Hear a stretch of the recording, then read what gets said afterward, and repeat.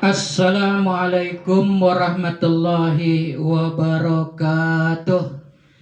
Alhamdulillah, alhamdulillahillazi hadana lihaza wa ma kunna linahtadiya laula an hadanallah. Saudara-saudaraku, Allah Subhanahu wa taala berfirman, kullu nafsin dha'iqatul maut. Setiap yang bernyawa pasti akan mengalami mati. Wa innama tuwaffawna ujurakum yaumal qiyamah, dan akan disempurnakan pahalanya di yaumil qiyamah. Faman zuhzihanin nar, barang siapa yang dijauhkan dari neraka, wa udkhilal jannah, dan masuk ke dalam surga, ini orang yang beruntung. Ini orang yang paling beruntung ini, faman zuzianin nar wa udkhilal jannah. Kalau dia dijauhkan dari neraka, wa udkhilal jannah, dan dimasukkan ke dalam surga, ini orang yang beruntung. Nah, orang yang dia dijamin masuk surga itu ditandai dengan husnul khatimah. Mati dalam keadaan yang terbaik, dalam keadaan mengingat Allah. Ada orang, ini kejadian, dia meninggal ketika sedang melaksanakan sholat Jumat. Dia meninggal sedang melaksanakan sholat Jumat. Dia meninggal pada hari Jumat. Nah, ini satu cerita dari seorang syekh di Jeddah, ya. Jadi syekh ini menceritakan suatu Jumat, ya, beliau menyampaikan khutbah. Ini kejadian di Jeddah. Setelah khutbah, kemudian syekh ini memimpin sholat Jumat berjamaah. Ketika beliau sedang mengimami sholat, tiba-tiba beliau mendengar bunyi sesuatu, gedebuk, macam sesuatu yang jatuh, ya. Setelah selesai sholat, syekh ini langsung bertanya, suara apa itu? Salah seorang makmum menunjukkan ada orang yang jatuh ketika sedang sholat, dan jatuh dalam posisi sujud. Syekh menyuruh orang membawanya ke rumah sakit. Bawa ke rumah sakit.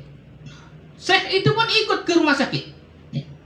Ketika diperiksa dokter di rumah sakit, dokter itu berkata orang ini sudah meninggal setengah jam yang lalu.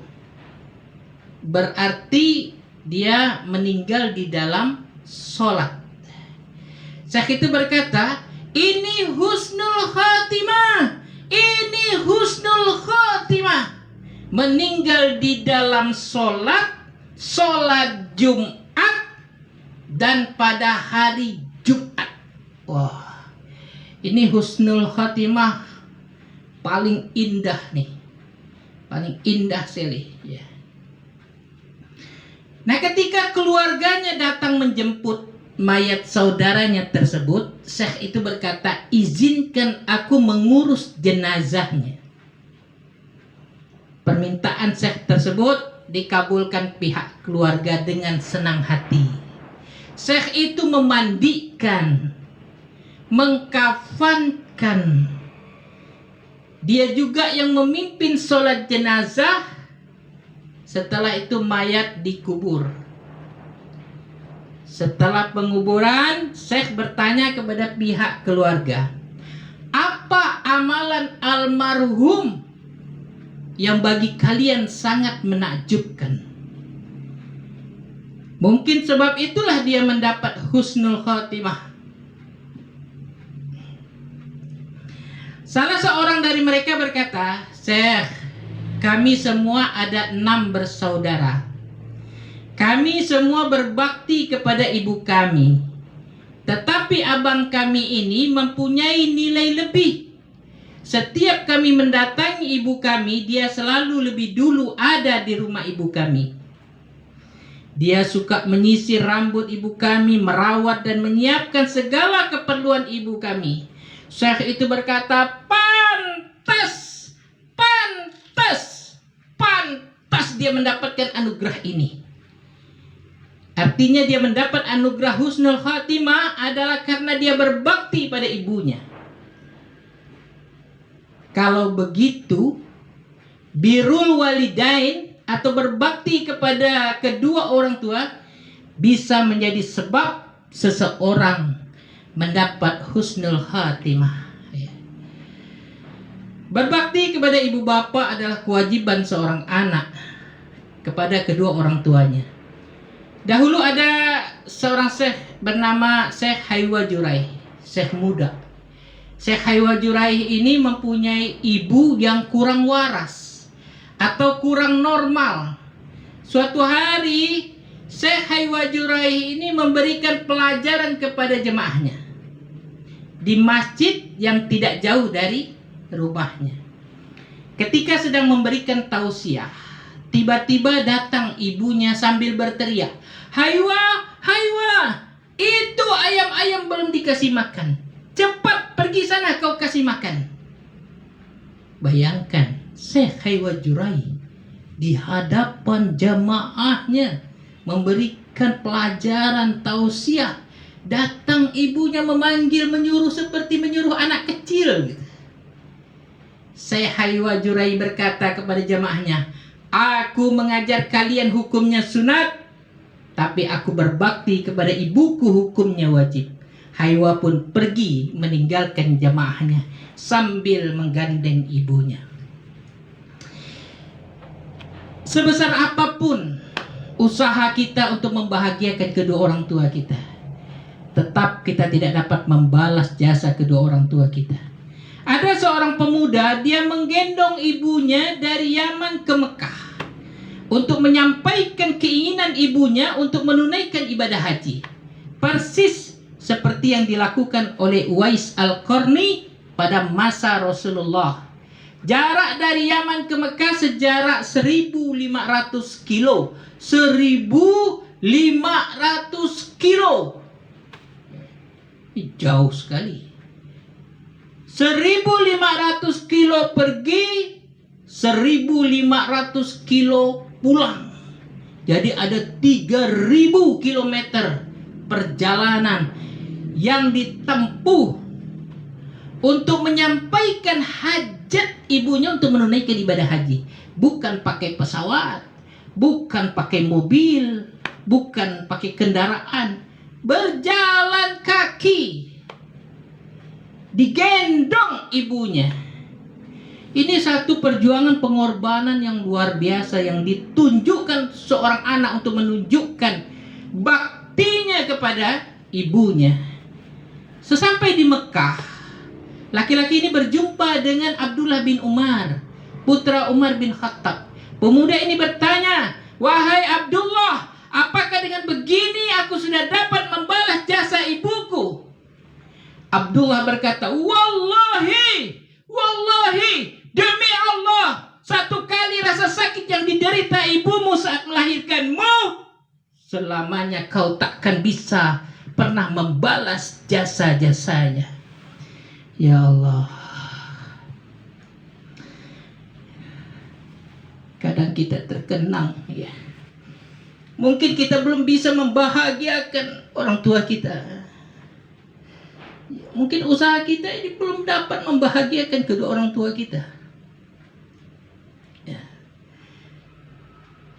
Tapi usaha yang maksimal untuk berbakti kepada ibu, bapak, ya, kepada orang tua, insya Allah, walaupun kita tidak belum bisa membalas jasa-jasanya, insya Allah akan mendapatkan husnul khatimah. Husnul khatimah di saat kematiannya. Ya Allah, mudah-mudahan ini kita dapatkan semua.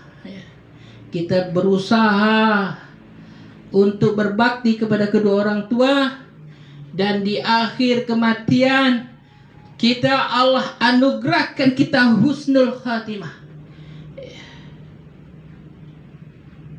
Jadi inilah yang kita khawatirkan, kehidupan akhirat kita ini. Apakah kita selamat atau tidak? Tapi kalau orang mendapatkan husnul khatimah, dijamin dia akan selamat. Orang mati husnul khatimah ini akan dijamin dia mati selamat daripada azab murkanya Allah di akhirat nanti. Selama dia tidak membawa dosa syirik, durhaka kepada kedua orang tua, dan memutuskan tali silaturahmi. Nah, mudah-mudahan apa yang kita harapkan, keselamatan dan kebahagiaan hidup di dunia dan di akhirat ini kita dapatkan. Kita berdoa kepada Allah, mudah-mudahan bagi orang tua kita yang masih hidup, Allah panjangkan umur taatnya, Allah panjangkan umur ibadahnya. Dan bagi orang tua kita yang sudah meninggal dunia, Allah ampunkan segala dosa-dosanya. Allah ampunkan segala dosa-dosanya, Allah terima segala amal ibadahnya, Allah lapangkan kuburnya, Allah berikan harum-haruman surga di dalam kuburnya. Dan setiap kebaikannya ini menjadi sahabat di dalam kuburnya. Dan mudah-mudahan nanti apabila kita nanti selamat, kita masuk surga, kita mohon kepada Allah, kita dipertemukan lagi dengan kedua orang tua kita. Surga itu tidak akan indah tanpa kedua orang tua kita. Surga itu tidak akan lengkap tanpa kedua orang tua kita. Surga itu tidak akan sempurna tanpa kedua orang tua kita. Mudah-mudahan kita dan orang tua kita, keluarga kita semuanya diselamatkan oleh Allah, masuk surga, terhindar dari azab siksa api neraka. Demikian yang dapat saya sampaikan, lebih kurang saya mohon maaf. Wassalamualaikum warahmatullahi wabarakatuh.